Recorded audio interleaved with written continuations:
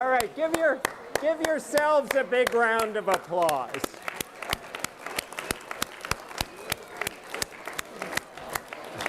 All right. So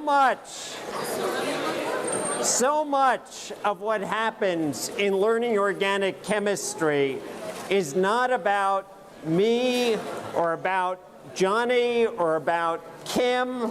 It's about you and actually working problems. And you're 1/6 of the way there with the quizzes, and you're a fraction of the way there with the homework. You're on board and you're keeping up. Now this quiz may have been a little easy. Chapter 19 wasn't that meaty, but this gives you the flavor. The next one I'll probably ask you some questions about mechanism or about synthesis and curved arrows. We'll figure things that develop a good set of skills. But the quizzes are going to build on this problem-solving aspect of the course. And the skills that you've cultivated and the work that you put in preparing for this and doing the homework is exactly what's going to set you up to excel in the class. So again, big round of applause for yourself.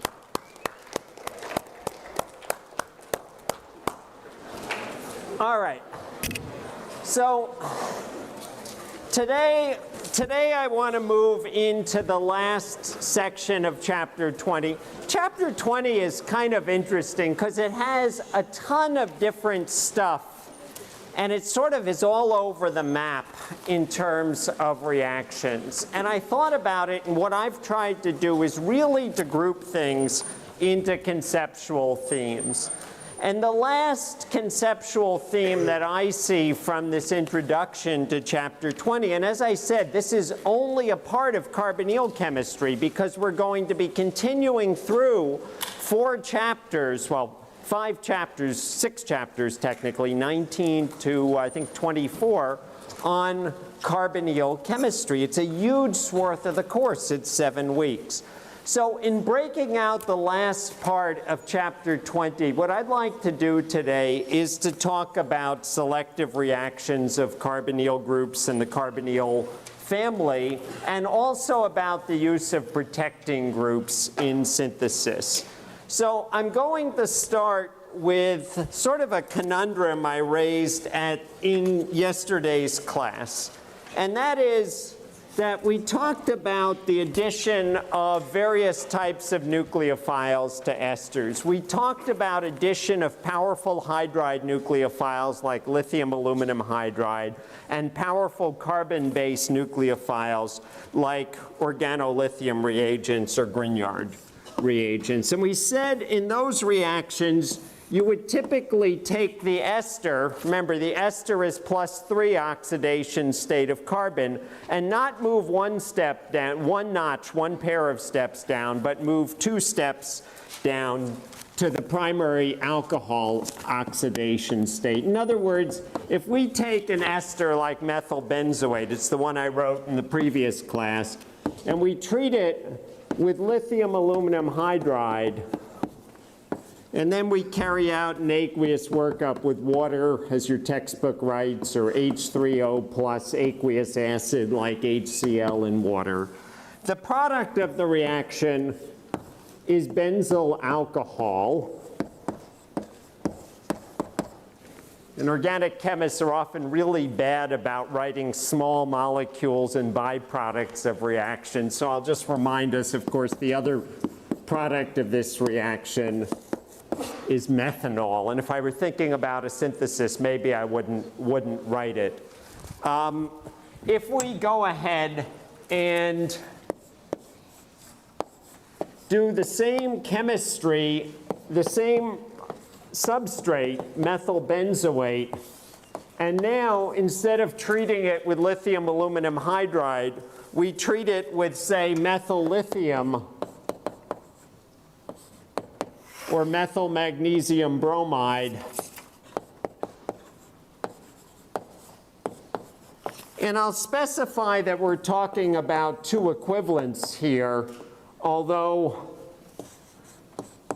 we really can't get away from problems happening from the lack of stopping happening. And then again, we do some type of aqueous workup. Now, we've gone down and added 2 equivalents of the methyl group and gotten this tertiary alcohol.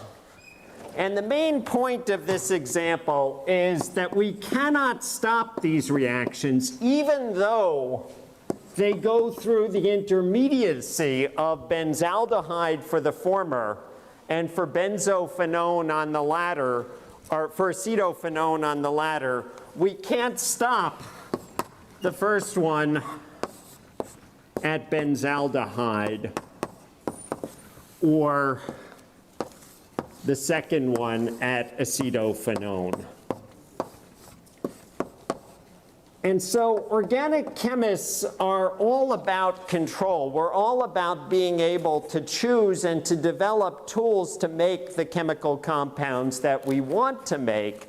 And we have a conundrum here in the lack of selectivity, the lack of ability to select for the aldehyde or the ketone. I saw a question over there from the gentleman in the third row. For the exam, are we going to have to put the byproducts or just... For the exam, are we going to have to put the byproducts? Great question, very reasonable question.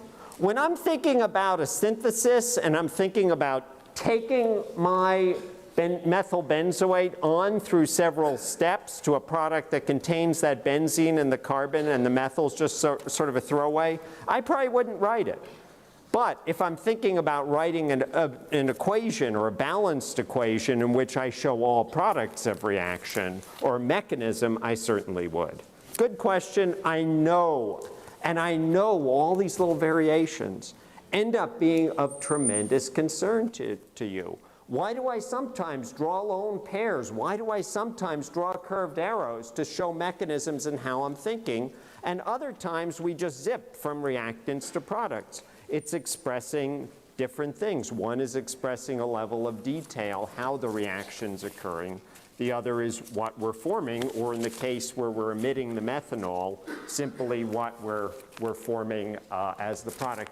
And here, I guess I will, to keep consistent in the first panel here, I will again sort of parenthetically write methanol is the product. But good question, and a very, very legitimate concern, particularly when you're starting out learning and trying to figure out what people are expecting of you. All right, so chemists have developed a number of different reagents to achieve selectivity in these types of reactions. Another question.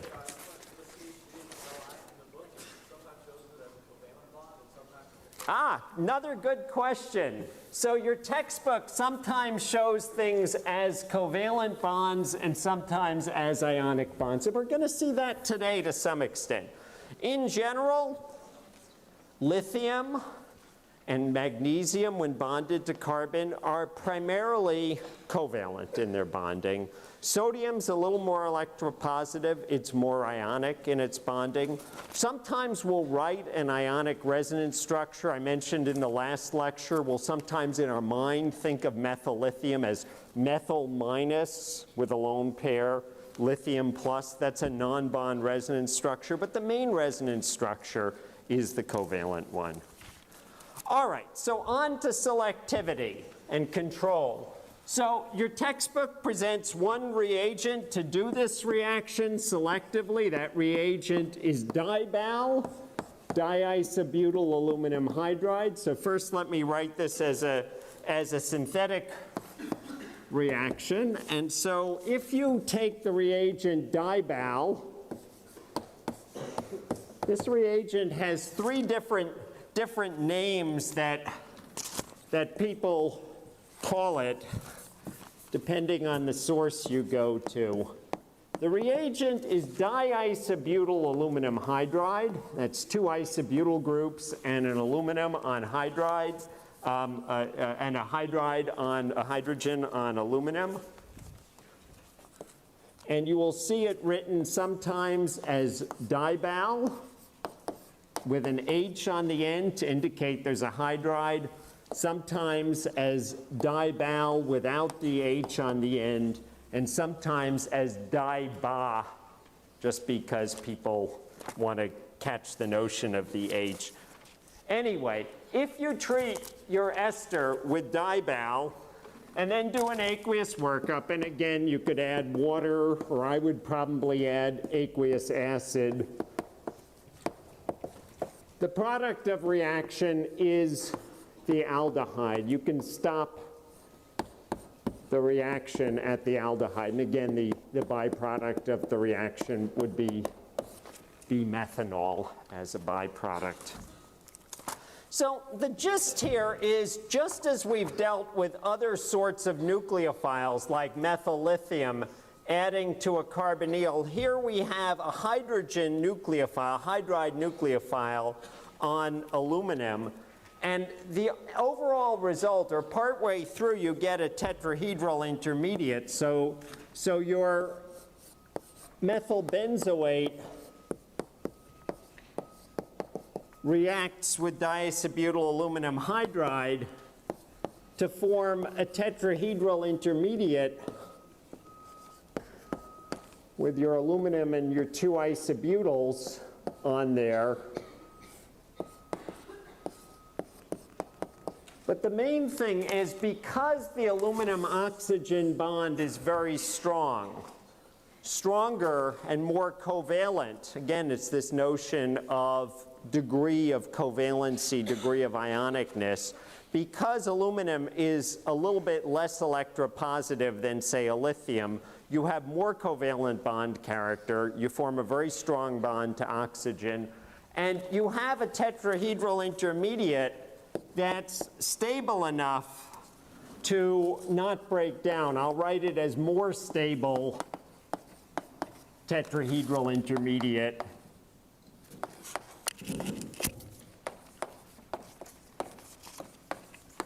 In other words, your tetrahedral intermediate is sufficiently stable that until you carry out the aqueous workup, until you add water or you add aqueous acid, it sticks around. And remember the mechanism for this double reaction with lithium aluminum hydride. Hydride adds, you get a tetrahedral intermediate. The tetrahedral intermediate breaks down, kicking out a methoxide leaving group. That gives you the aldehyde. Another mole of hydride adds, giving you a new tetrahedral species, your final alkoxide that protonates on workup. And so at this point, you can stop the reaction. Now, in practice, sometimes a chemist would choose to use dibal as a reducing agent to stop at the aldehyde. And sometimes a chemist would say, all right, look, I'll just use lithium aluminum hydride, reduce it all the way down to the primary alcohol, and then oxidize the benzyl alcohol back up to the aldehyde. Sometimes in practice, it's a little more efficient one way or another. As in many cases, there are multiple ways, multiple right ways of doing things. And in the laboratory, a chemist is often concerned about what's easiest or what gives the best overall chemical yield, the best amount of product in the end. All right, so that takes care of achieving selectivity in our reaction to add a hydride nucleophile. Let's now take a look at achieving selectivity in adding an alkyl nucleophile.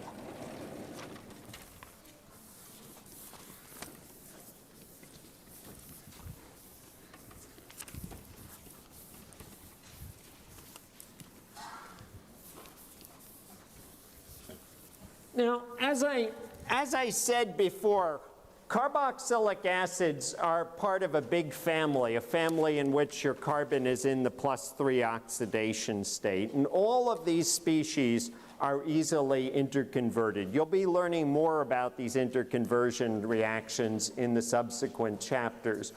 Carboxylic acids, esters, acid chlorides, acid anhydrides, amides, and even nitriles end up being all in this plus 3 oxidation state family of carbon. So in order to achieve selective addition of an alkyl group, we're going to use a different member of the carboxylic acid family, an acid chloride, and you'll learn about how to form acid chlorides later on. Now, if you just treated almost any member of the carboxylic acid family with an organometallic,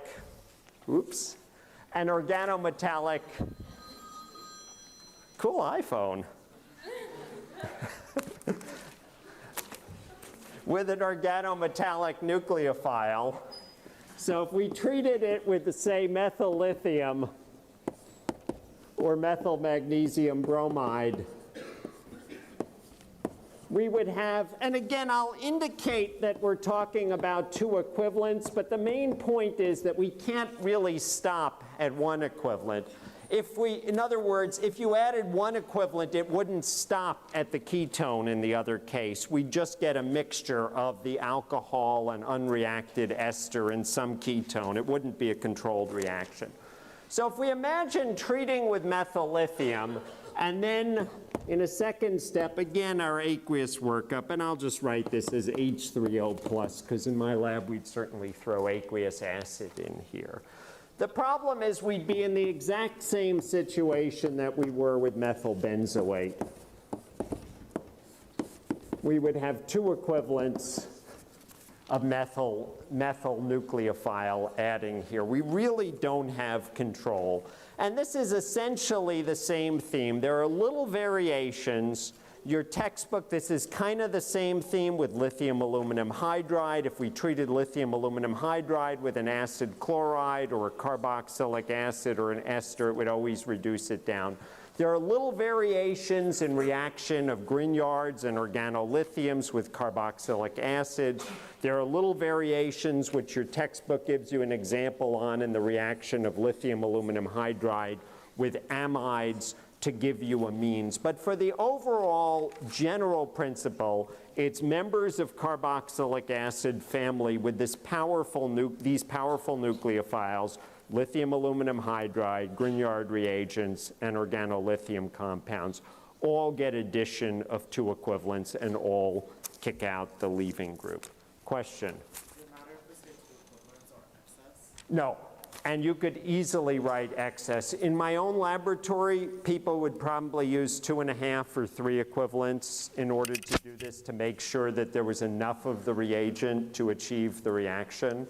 But yeah, it would be a minimum of 2 equivalents. But as I said, if you used less, you still wouldn't be able to stop and controllably have a ketone product. All right, the reagents that people have developed to make this reaction selective, because what this is all about is selectivity. It's achieving the reaction that you want to occur. The reagent that people have developed to make this selective is organocuprate reagents. I'll write the reagent first and then I'll show you how you make it. So the reagent here is lithium dimethyl cuprate, CH3,2CuLi. It's a carbon nucleophile again. Now we have carbon bound to copper. Copper is even less electropositive than lithium or aluminum, and so it's even more of a covalent bond. The exact mechanism of the reaction goes beyond the scope of this class, but in the very last lecture, if we go on schedule and talk about chapter 26, I'll be giving you a little bit of a flavor of the very special reactivity of transition metals like copper and palladium, but that will be later on if we have time. Anyway, the overall result of this reaction is that you can controllably add 1 equivalent of your methyl group to your member of the carboxylic acid family, in this case specifically your acid chloride for reasons of the mechanism. And organocuprate reagents can be made by the reaction of 2 equivalents of methyl lithium with copper iodide to give you CH3,2 CuLi, which as I said is called lithium dimethyl cuprate.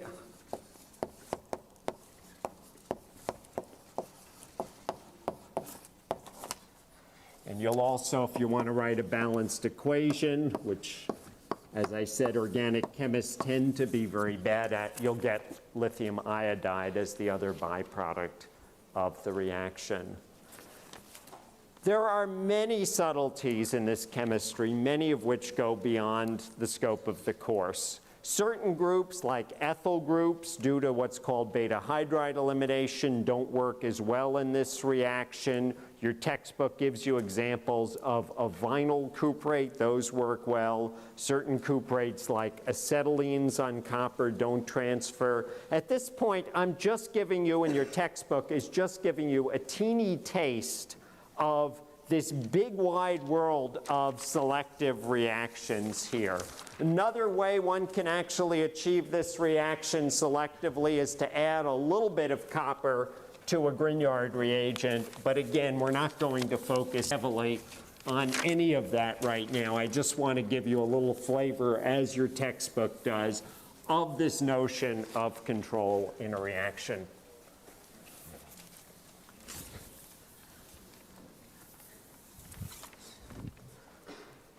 Question?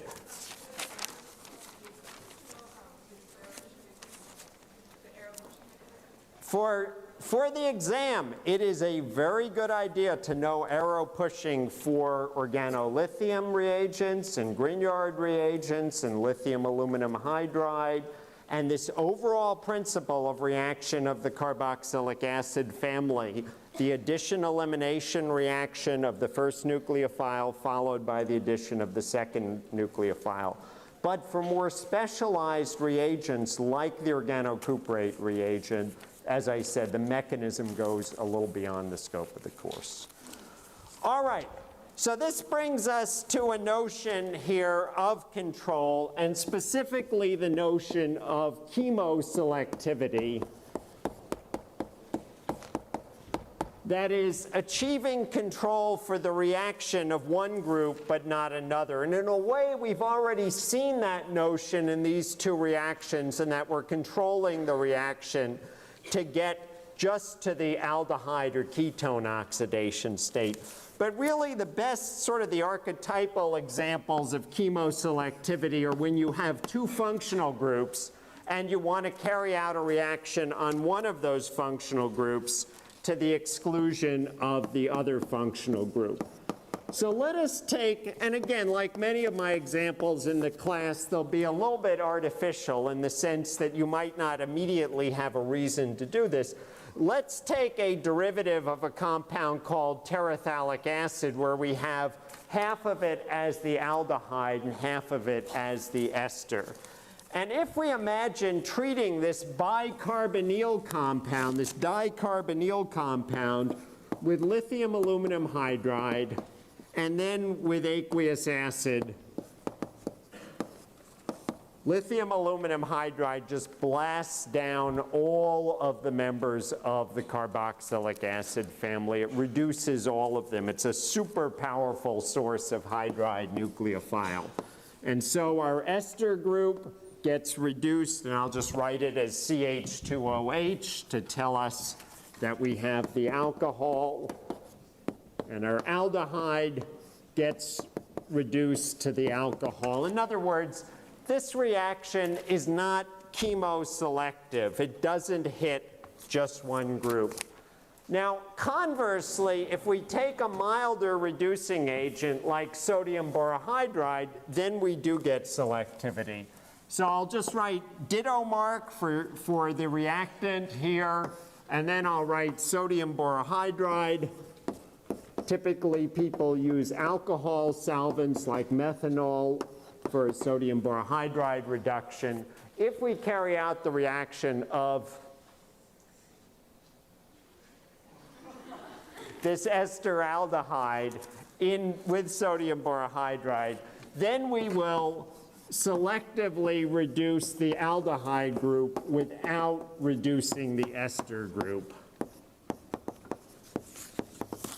we say that sodium borohydride is chemoselective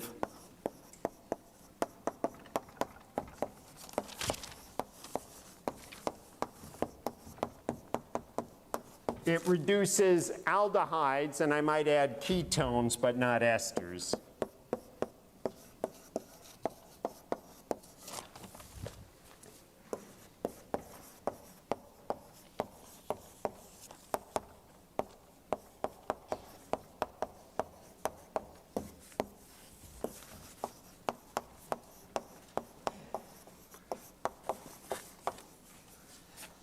And so that principle of control is something that's very useful because it allows you to make a product that you desire. And as I said, so much of organic chemistry is about making molecules that often are useful, for example, as drugs.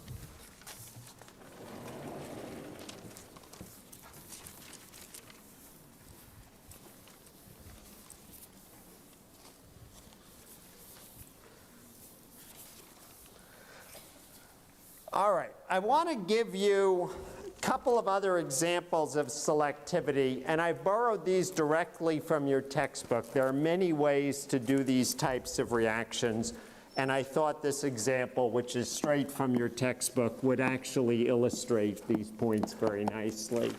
So if we take a compound like cyclohexenone, which has both a carbon-oxygen double bond, a carbonyl group, and a carbon-carbon double bond, we have two different groups that can be reduced, the carbon-oxygen double bond and the carbon-carbon double bond. Reagents like sodium borohydride or lithium aluminum hydride, and I'm not going to write all the conditions. I'll just write sodium borohydride or lithium aluminum hydride reduction. Reduce the carbonyl group. These reagents are nucleophilic toward carbonyls. They add to the carbonyl group. If we take this same cyclohexenone and instead perform catalytic hydrogenation on it, your textbook writes one equivalent of hydrogen, and I will add or low pressure. In other words, the way you could do this reaction is either to go ahead and control the amount of hydrogen that you're adding, or carry out the hydrogenation quickly with just a balloon of hydrogen at atmospheric pressure, monitoring by TLC. And you do this in the presence of a palladium on carbon catalyst or a platinum catalyst. Your textbook uses palladium on carbon as an example. You can selectively reduce the carbon-carbon double bond. And so go from cyclohexenone to cyclohexanone. Hydrogenations of carbonyls are more difficult. It requires more effort to reduce the carbon-oxygen bond. In other words, hydrogenation is chemoselective for the carbon-carbon double bond. But if you beat on it, your textbook writes it as H2 excess. That might be a big balloon of hydrogen and monitoring the reaction for a long time, or sometimes people will carry out these reactions at higher pressure. I'll say high pressure. By high pressure, it can mean anything from bicycle tire tube pressure of like 75 psi in a special glass bottle to an apparatus that's steel with a tank that can hold thousands of psi, aptly called a bomb. If one hydrogenates under high pressure, again with a catalyst, it can be palladium on carbon or platinum oxide or any of that platinum family of metal, then you can reduce both the carbon-carbon double bond and the carbon-oxygen bond. And again, one is achieving control, one is achieving chemoselectivity in this type of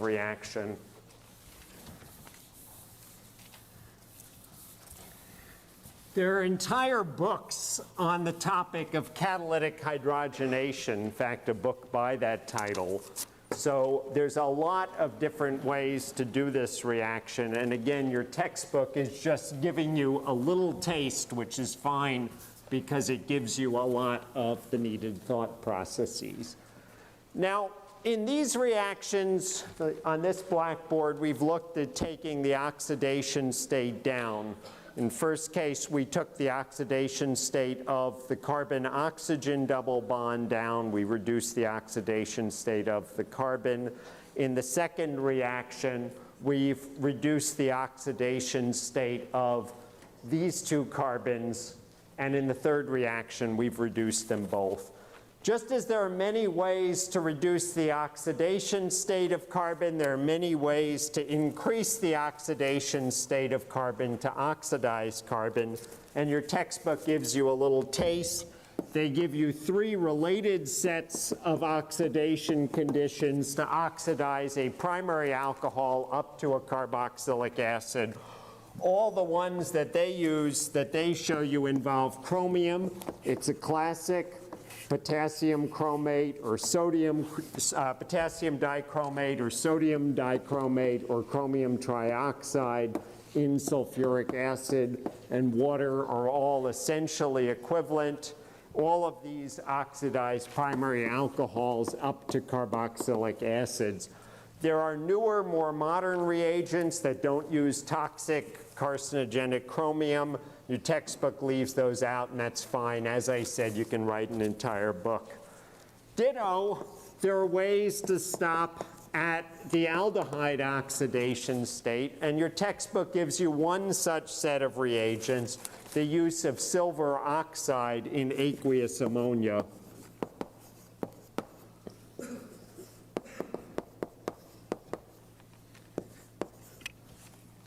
And that will stop you at the aldehyde oxidation state. And again, what this is all about is about control in chemoselectivity. All right, so I guess by conclusion, I will just write, there are many other selective oxidizing agents.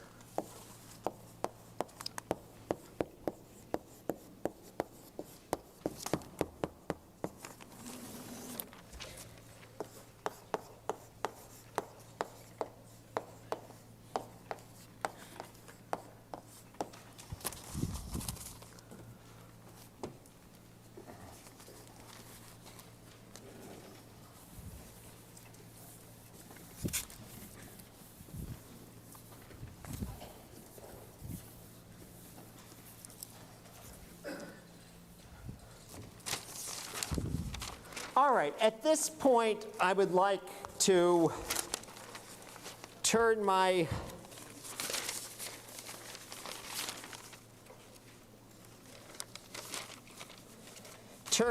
attention to another problem. So we've looked at a problem of chemoselectivity, and at this point, I'd like to turn my attention to the problem of regioselectivity.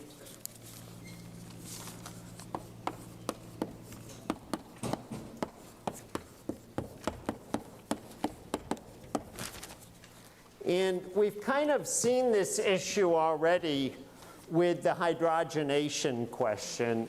And I'd like to give us the same type of example and bring back our cuprate reagents. So here's our cyclohexenone again. And if we treat our cyclohexenone with a powerful nucleophile, we already saw lithium aluminum hydride, and I'll now give you an example of methyl lithium or Grignard reagent.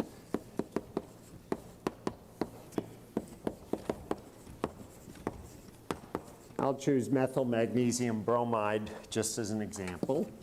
And then we carry out an aqueous workup. We add, just like the lithium aluminum hydride did, we add to the carbonyl group. The powerful nucleophile attacks the carbonyl group. what's interesting with this alpha-beta unsaturated carbonyl compound is if we treat it with an organocuprate reagent, so I'll just write a ditto mark, and then I'll bring back our lithium dimethyl cuprate. And again, we'll carry out some type of aqueous workup. Typically, you would use acid. Now we get a very different sort of addition. The addition is not to the carbon-oxygen bond, but rather to the carbon-carbon bond in what we call a 1,4 addition.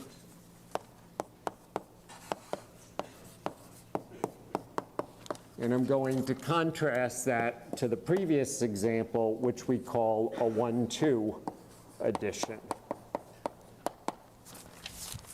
And I'd like us to think, as I said, we're not going to really fuss about the mechanism of the cuprate reaction in detail and why, or to put it more specifically, why copper does what it does. The reasons for the details of the difference are rather subtle, but we're going to focus on the hows and the whats, that are happening.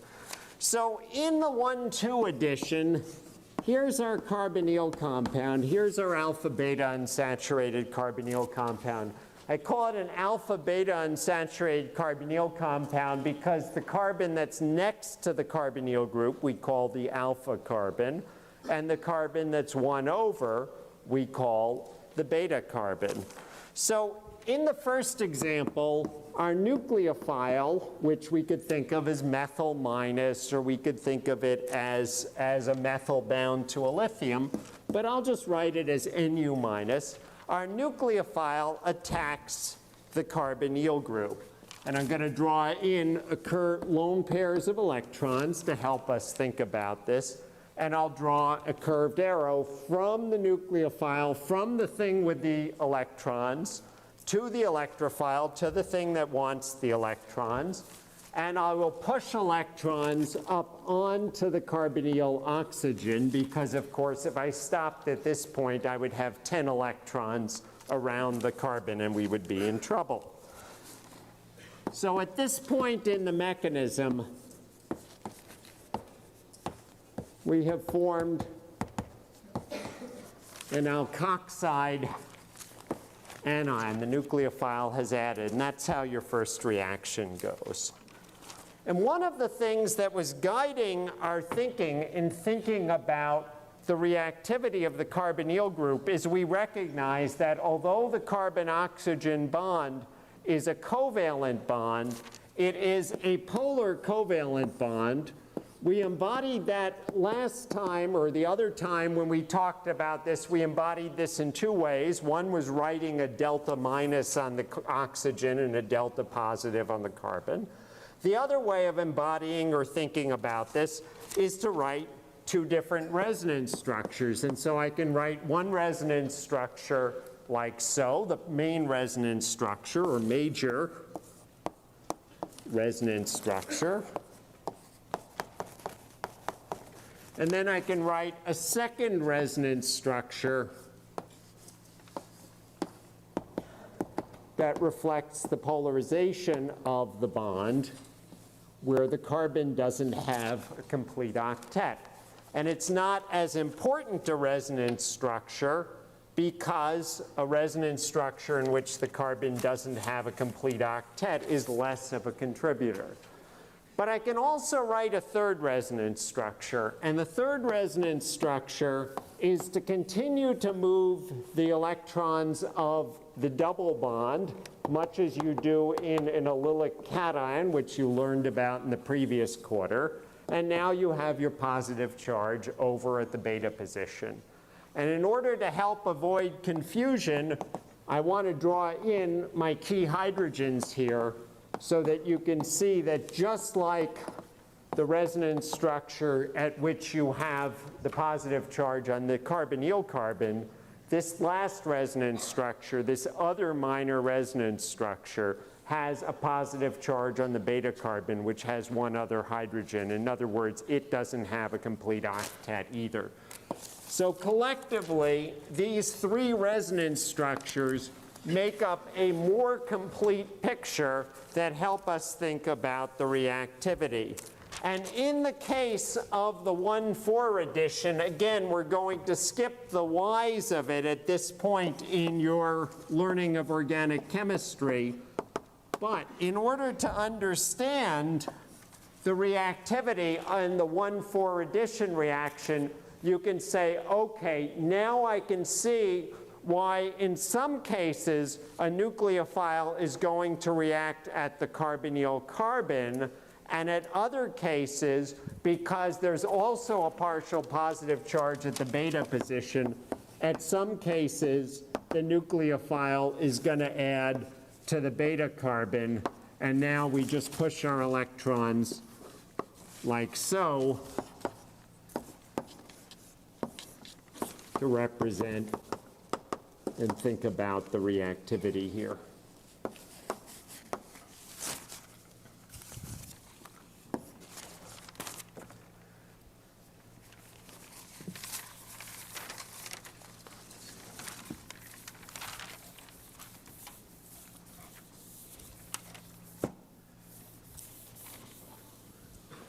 All right.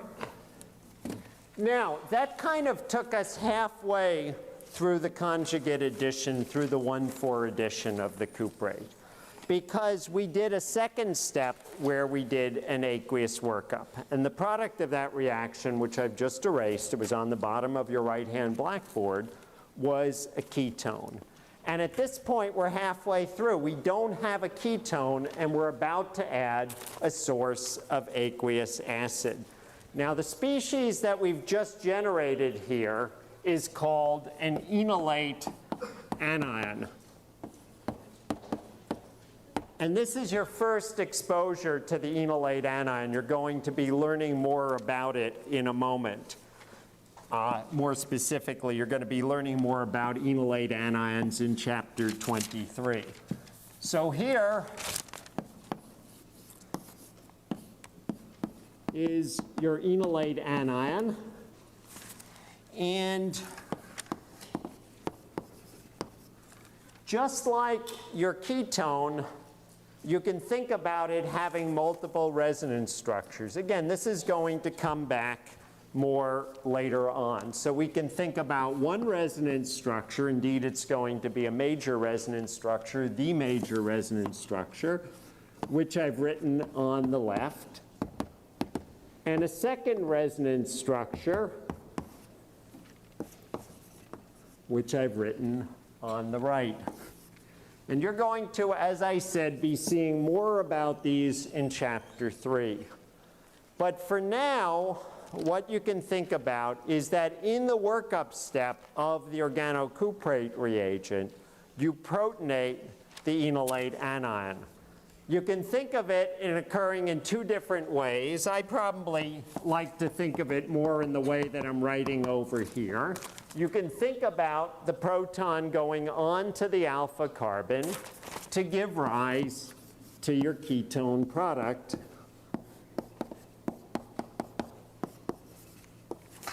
And in terms of Occam's razor, in terms of the greatest simplicity, that's probably the way I like to think about it. Your textbook writes the mechanism slightly differently, and that's okay too. Your textbook likes to think about the proton going on to the oxygen, like so.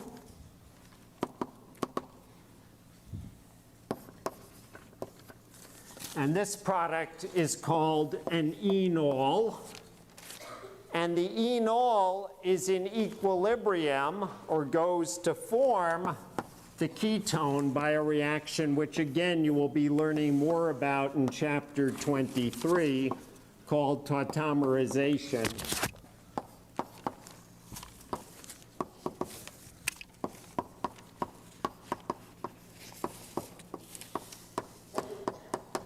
Going to write that again.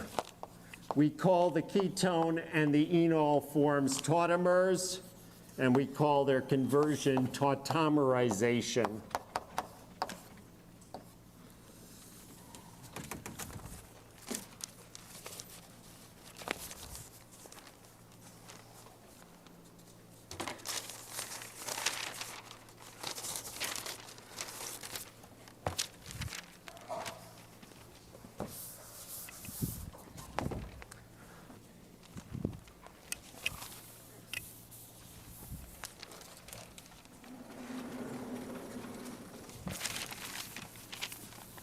All right,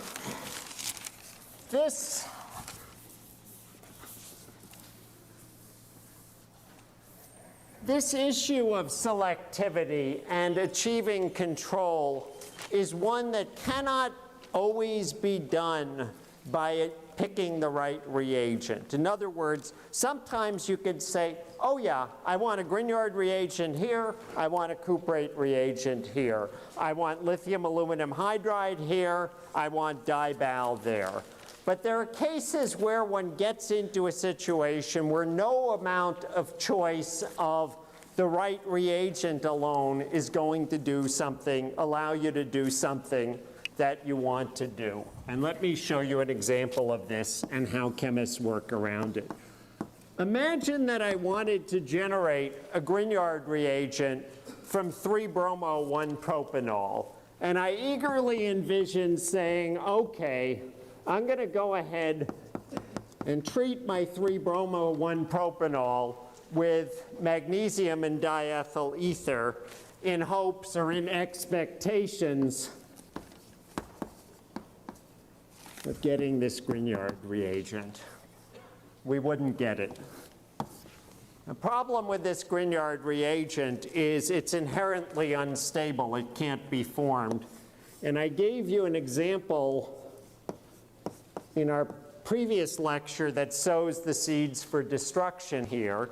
If we take a Grignard reagent and treat it with an alcohol like ethanol, this is the example from the previous class, I pointed out that Grignard reagents are very strongly basic, and alcohols are sufficiently acidic that they protonate them. If we take butyl magnesium bromide and treat it with ethanol, we get butane plus ethoxy magnesium bromide, basically the magnesium salt, the magnesium alkoxide salt of ethanol.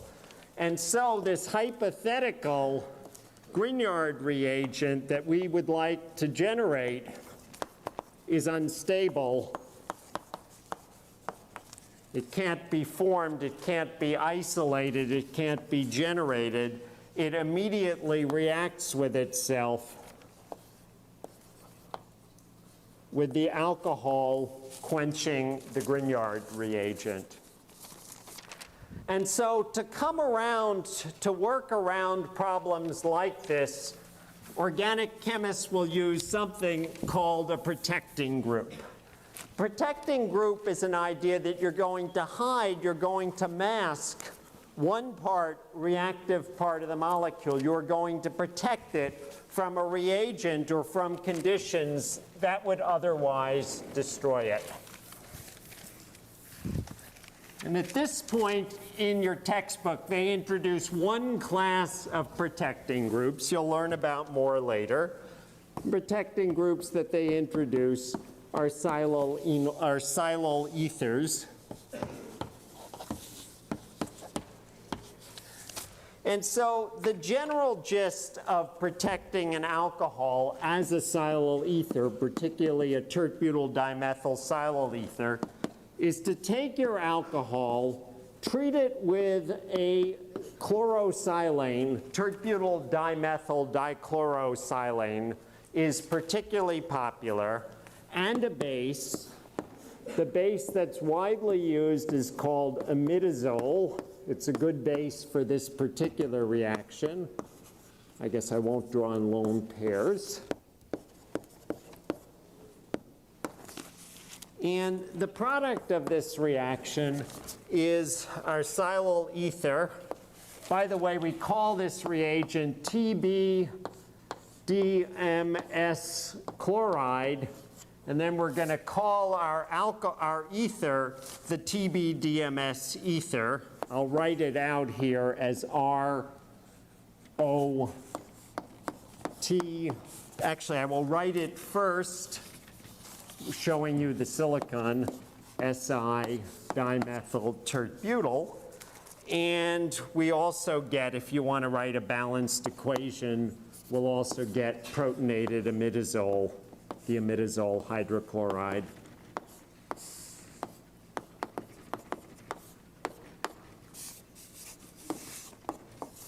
But again, organic chemists typically don't pay attention to these byproducts of reaction.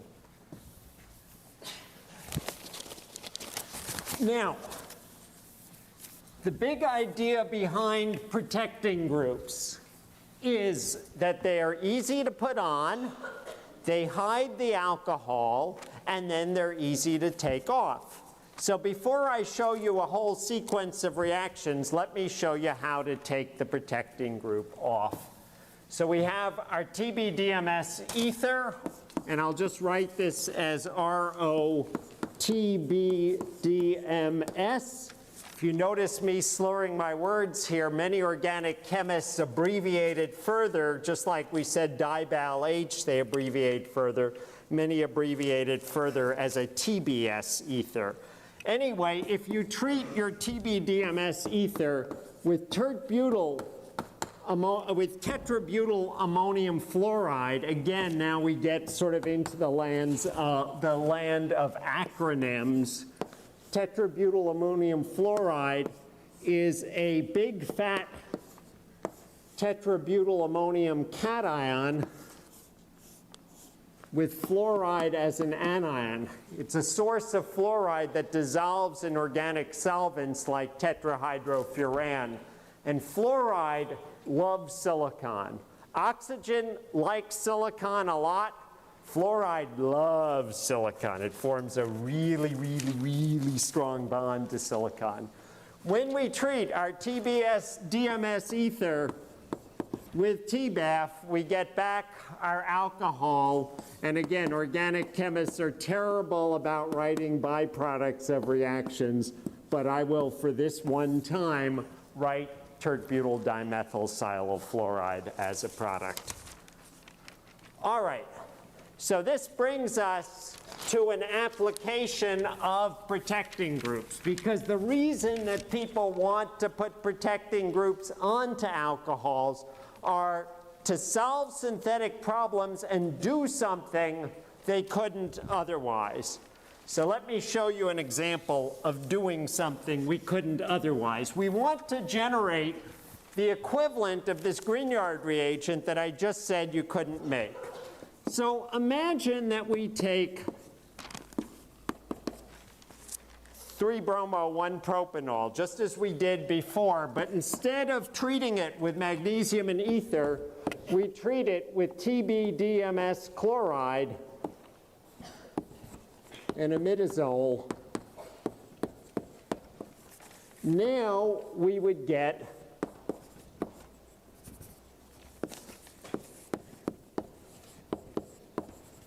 the TBDMS ether. As I said, Johnny would write it as the TBS ether to save room. Now, if we treat our TBDMS, see, I can't even write all of those letters, TBDMS ether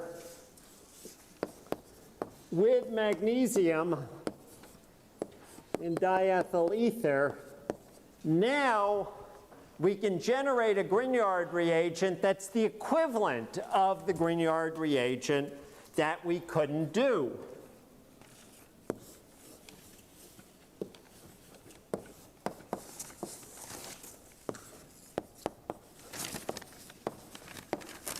And if we then, let's say, added that Grignard reagent, so I'll just continue my equation over here. If we imagine adding that Grignard reagent to, let's say, a generic ketone or aldehyde, I'll just write it as R-carbonyl R prime to indicate that we're not dealing with any specific ketone or aldehyde. Now we could generate this otherwise impossible to achieve product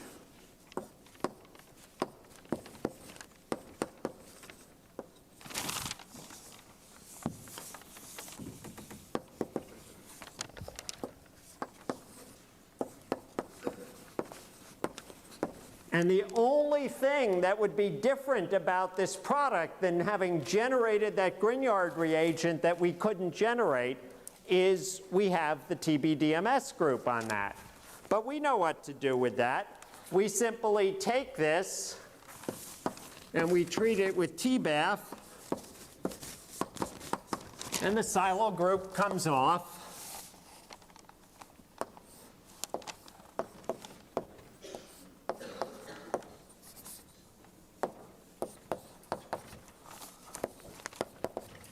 And we've generated a product that we couldn't otherwise get.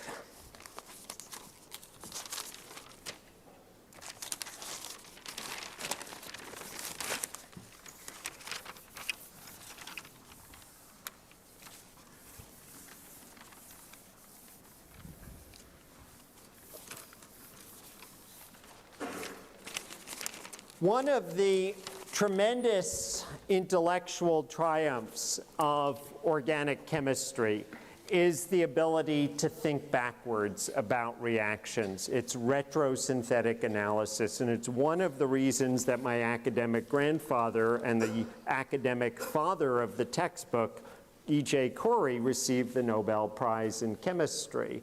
And so I want to show you an example of this very important intellectual process of thinking backwards about making organic molecules. And so I'm going to give you, again, a little bit of a contrived problem that gives you the flavor of synthesis. Let us ask, how would we synthesize the molecule 1,5-octane diol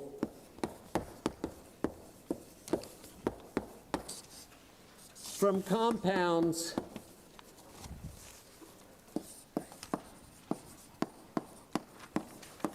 containing 4 carbon atoms or fewer. So I'll say compounds containing 4 carbon atoms or fewer.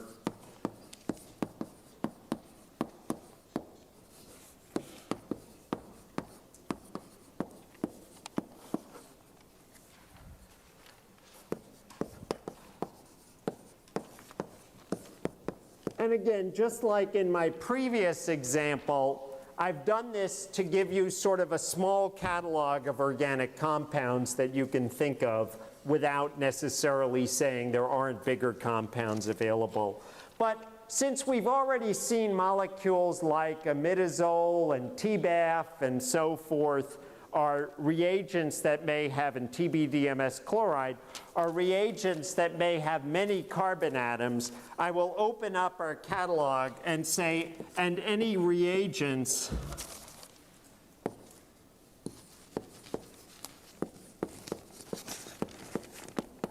that you require.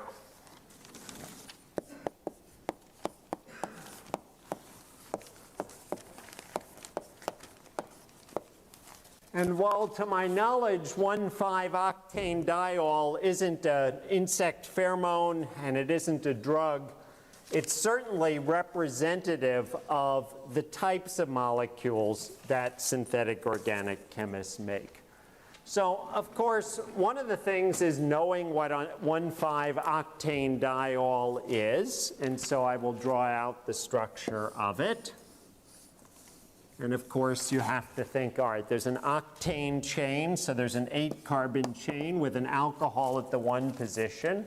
So 1, 2, 3, 4, 5, 6, 7, 8, and an alcohol at the 5 position.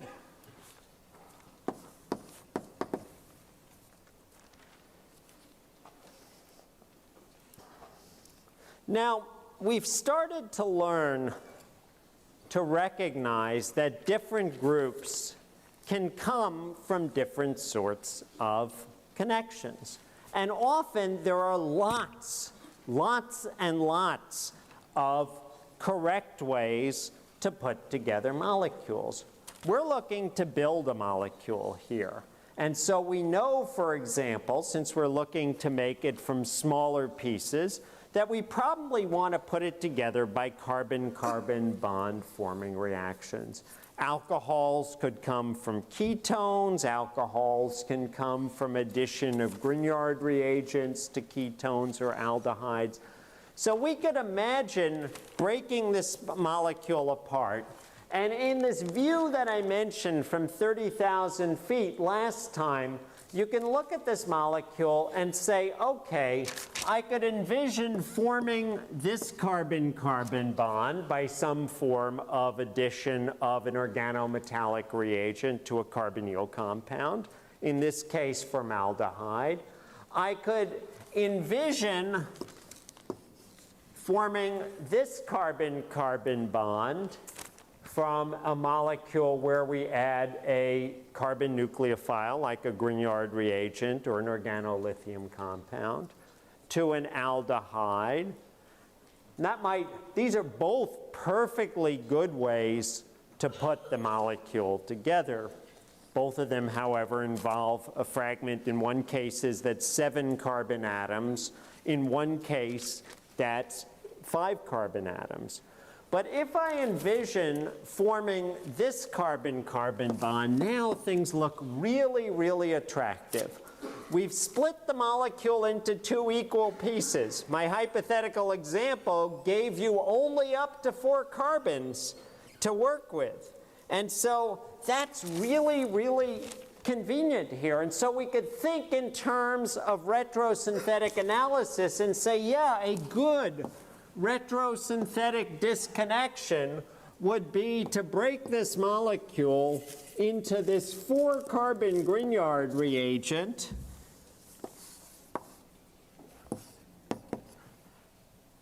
and this 4-carbon aldehyde. And remember, this is the view from 30,000 feet.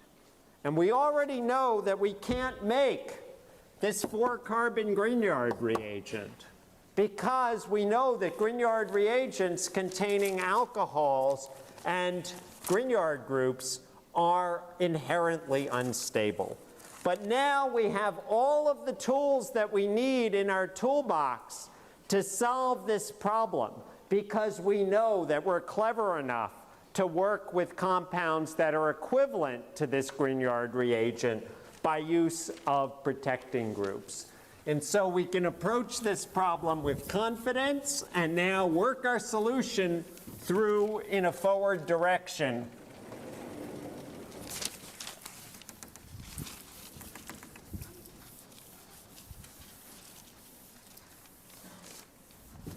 We start with 4-bromo, 1-butanol. We protect it with TBDMS chloride and imidazole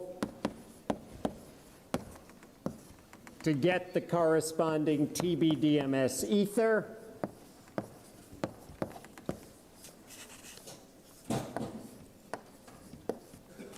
We take our TBDMS ether, we treat it with magnesium in diethyl ether, and then we add to that Grignard reagent. If you've generated one in the laboratory, you'll typically take metal turnings, magnesium turnings, put them in a dry flask, maybe flame dry the flask. You'll add your ether, you'll add your Grignard reagent, you'll crush the magnesium turnings until the reaction starts and you generate your Grignard reagent. Once you've generated your Grignard reagent, you will immediately add to it butanal. You'll probably distill your butanal, or your TA will distill your butanal so it's nicely pure. You'll carry out an aqueous workup with aqueous. Let me choose an acid here. I should commit. Let's say aqueous HCl. You literally could do this at the chemistry stockroom. You would go to them and ask them for all of these reagents.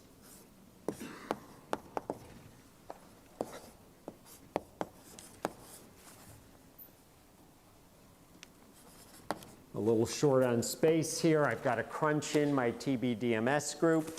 And now, in the final step of our synthesis, you simply treat this TBDMS ether with TBAF.